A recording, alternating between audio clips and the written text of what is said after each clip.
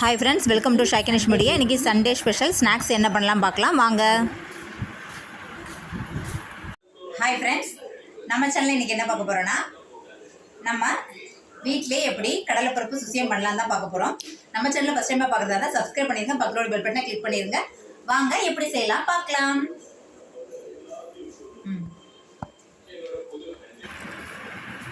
ஒரு கப்பு அளவுக்கு கடலைப்பருப்பு எடுத்துக்கலாம்.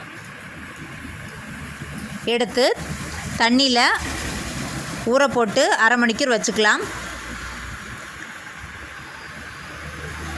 கடலைப்பருப்பு அரை மணிக்கூர் ஊறினதும் அது ஊறட்டும். அதுக்குள்ளாலேயே பொரிச்சு எடுக்கிறதுக்கு தேவையான மாவு நம்ம ரெடி பண்ணி வச்சிடலாம். தண்ணியில் கடலைப்பருப்பை ஊற வச்சாச்சு. இப்போ மைதா மாவு நான் எடுத்திருக்கேன். மைதா மாவை கட் பண்ணி ஒரு பவுலில் ஆட் பண்ணிக்கோங்க.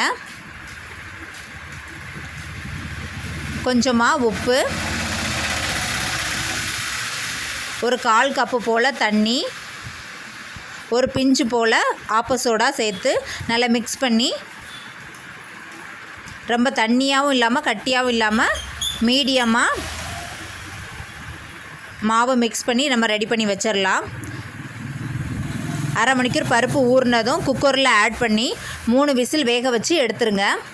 இந்த மாதிரி 3 விசில் வெந்ததும் பருப்பு நல்லா மத்து வச்சு நல்லா மசிச்சு விட்டுக்கலாம். 1க்கு 2 நம்ம மசிச்சு விட்டுக்கலாம்.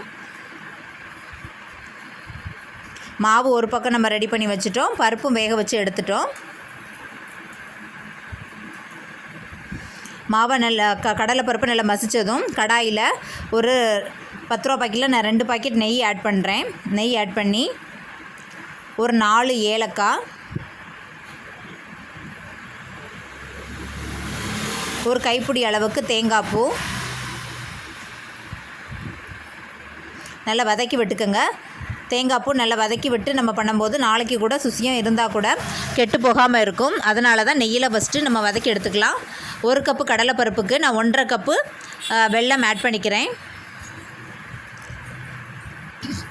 நம்ம வேக வச்சு மசிச்சு வச்சுருந்த கடலைப்பருப்பையும் இதோடு ஆட் பண்ணிக்கலாம்.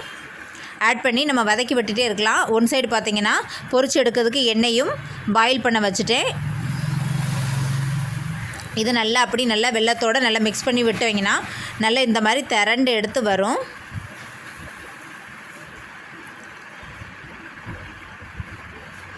நல்லா மிக்ஸ் பண்ணி கைவிடாமல் மிக்ஸ் பண்ணி விட்டுட்டே இருங்க.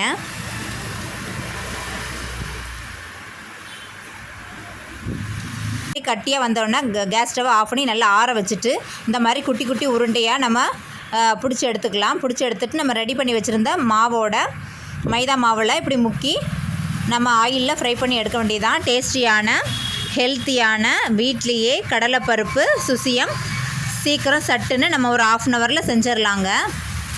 கடலைப்பருப்பு மட்டும் நீங்கள் ஊற போட்டு வச்சுட்டிங்கன்னா டக்கு டக்குன்னு ஒன் சைடு வேக வச்சு ஒன் சைடு பொரித்து எடுத்து படப்படப்படன்னு ஒரு 1 ஹவரில் எல்லாமே ரெடி பண்ணி எடுத்துடலாம். சூப்பராக எம்மியான டேஸ்டியான சுசியம் ரெடி ஆயிடுச்சு. கடலைப்பருப்பு சுசியம் நம்ம செஞ்சாச்சு. செம்ம டேஸ்ட்டாக இருக்கும். நீங்களும் உங்கள் வீட்டில் செஞ்சு பாருங்கள். இந்த மாதிரி வீட்டிலேயே செய்யக்கூடிய ஸ்நாக்ஸ் எதுனாலும் பசங்களுக்கு பழக்குங்க, தப்பே கிடையாது. இதில் என்னெல்லாம் சேர்ந்துருக்குன்னா கடலைப்பருப்பு, வெல்லம், ஏலக்காய், தேங்காய் பூவு, நெய் எல்லாமே ஹெல்த்தியான ஐட்டங்கள் வச்சு நம்ம இந்த மாதிரி வீட்லேயே சுலபமான முறையில் டக்கு நம்ம செஞ்சு கொடுக்கலாம். செம்ம டேஸ்ட்டாக வந்திருக்கு. நீங்களும் உங்கள் வீட்டில் ட்ரை பண்ணி பாருங்கள். இந்த வீடியோ உங்களுக்கு ரொம்ப பிடிச்சிருக்குன்னு நினைக்கிறேன். பிடிச்சிருந்தா சப்ஸ்கிரைப் பண்ணுங்கள், பக்கத்தோட பெல் பட்டனை கிளிக் பண்ணுங்கள், உங்கள் ஃப்ரெண்ட்ஸ் அண்ட் ஃபேமிலி சர்க்கிளுக்கு ஷேர் பண்ணுங்கள். இந்த மாதிரி வீட்டிலே செய்யக்கூடிய ஸ்நாக்ஸை சாப்பிடக்கூடிய பழக்கத்தையும் பசங்களுக்கு கொண்டு வாங்க. பாய்.